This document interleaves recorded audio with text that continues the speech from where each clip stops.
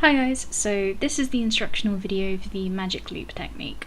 The purpose of the magic loop technique is to keep your amigurumi very neat, very tidy. It basically stops there being a gap in your foundation ring, which is something you will need to master if you want to make amigurumi. So just to demonstrate, this is what it looks like after you've done the magic loop technique and put a single load of stitches in. If I show you right here in the middle, this is basically where I started. As you can see, there isn't really any gap.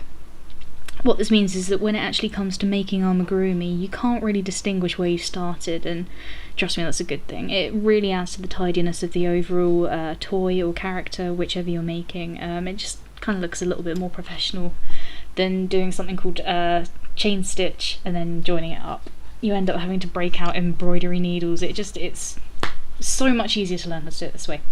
So that's what I'm going to show you.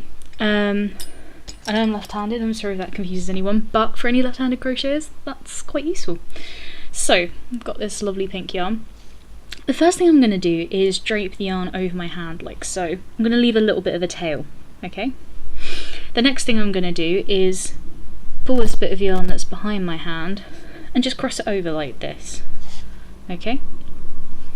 Before I start the next part, I'm just going to fold my little finger over, and what this is going to do is it's just going to hold the wool in place just as I start picking stitches through, okay? So, got my crochet hook, I've crossed over and I've got my yarn. First thing I'm going to do is put my crochet hook under the first part of wool. I'm going to twist and then pull the second part through, okay? Just demonstrate that again. So, through the first part, twist as you come round and pull the second part. So you've got this loop on your crochet hook now. You then want to bring the yarn up and pick up this part of the yarn and pull that through. Okay? You should have a first stitch. Feel free to pause and go back and everything because it is quite complicated the first time you see it. So I've just taken this off my hand now and I've got this loop of wool plus the tail, and I've got a bit of wool that's connected to the ball of yarn. So I'm going to start making some stitches now, and to do that I need to put my hook into the middle of the ring and bring it to the back. I'm then going to pick up this part of the wool, bring it back forwards, and now you can see I have two loops on my crochet hook. I'm then going to pick up the wool that's attached to the ball of wool and pull it through both of the loops. I'm going to keep doing this. This is basically how you build up stitches on the circle. So I'm going to go into the middle of the circle, round to the back, pick up the bit of wool that's still attached to the ball, two loops on my crochet hook, pick up the wool again that's attached to the back of the wool and pull it through. Don't worry about this being too neat, especially on your first time. It's more important that you get the tension right, and what that means is how tight you're making the knots and how tightly you're holding the wool. This is going to impact how difficult it is, for want of a better word, to make stitches, because you can make it so tight that you can't even get your crochet hook into the hole to make a stitch. So through the middle, pick it up, two loops on the crochet hook, pick it up again, through. So I've made a number of stitches now, just to help you distinguish. There are 1, 2, 3, 4, 5, 6 stitches on here, okay? The reason that the magic loop technique is so kind of tight and tidy is the reason that I'm about to show you. This entrail of wool is meant to be pulled. You should hold on to this knot here. This is the first stitch that you made when you started making it. This part here. You should hold on to this as you pull this wool, and as you can see, that loop that we've been putting our crochet hook into the middle to is actually getting quite a lot smaller. This is good.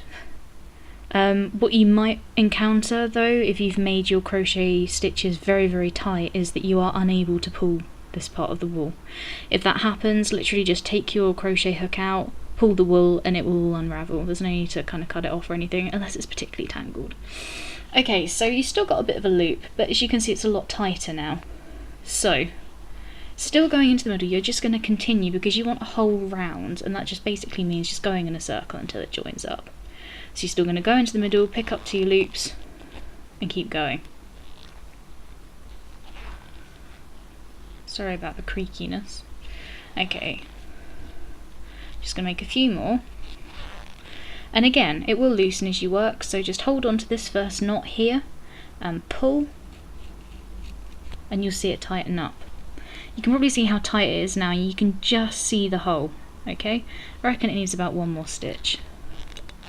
So I'm just going to pull that through, 2 loops. Okay, now for this part I'm going to switch crochet hooks. This is quite cumbersome. I want it to be a bit neater than that, so I'm going to swap to a 3.5mm, which is the size I recommend getting.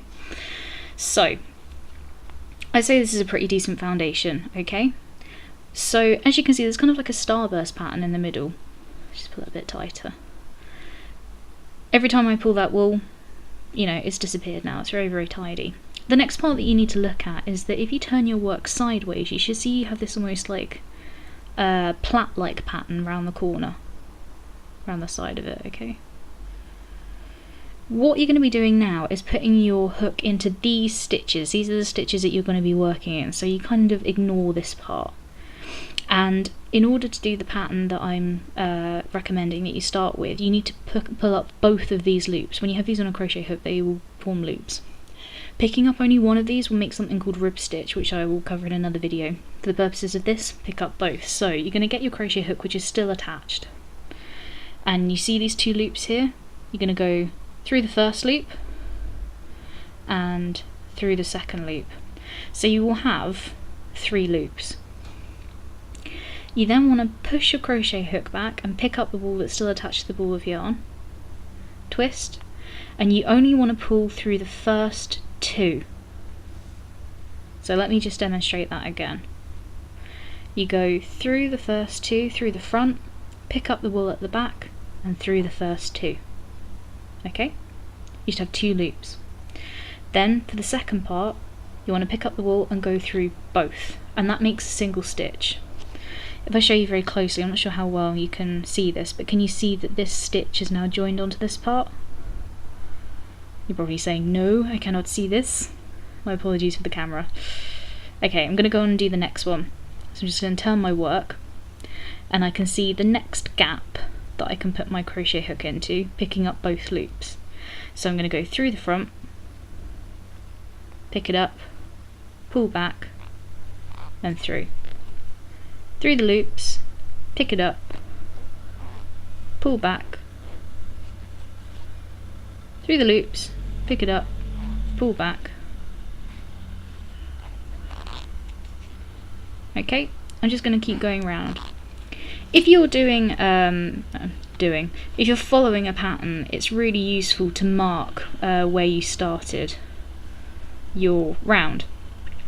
You can get wall markers, but what I would recommend is just getting a little offcut of yarn and pulling it through, and that literally just marks where you started your round. This is very useful for patterns because you usually have to follow a set amount of stitches and such. So you keep going round, picking up both loops,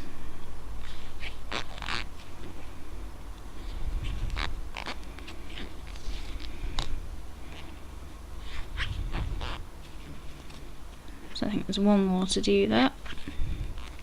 Cool.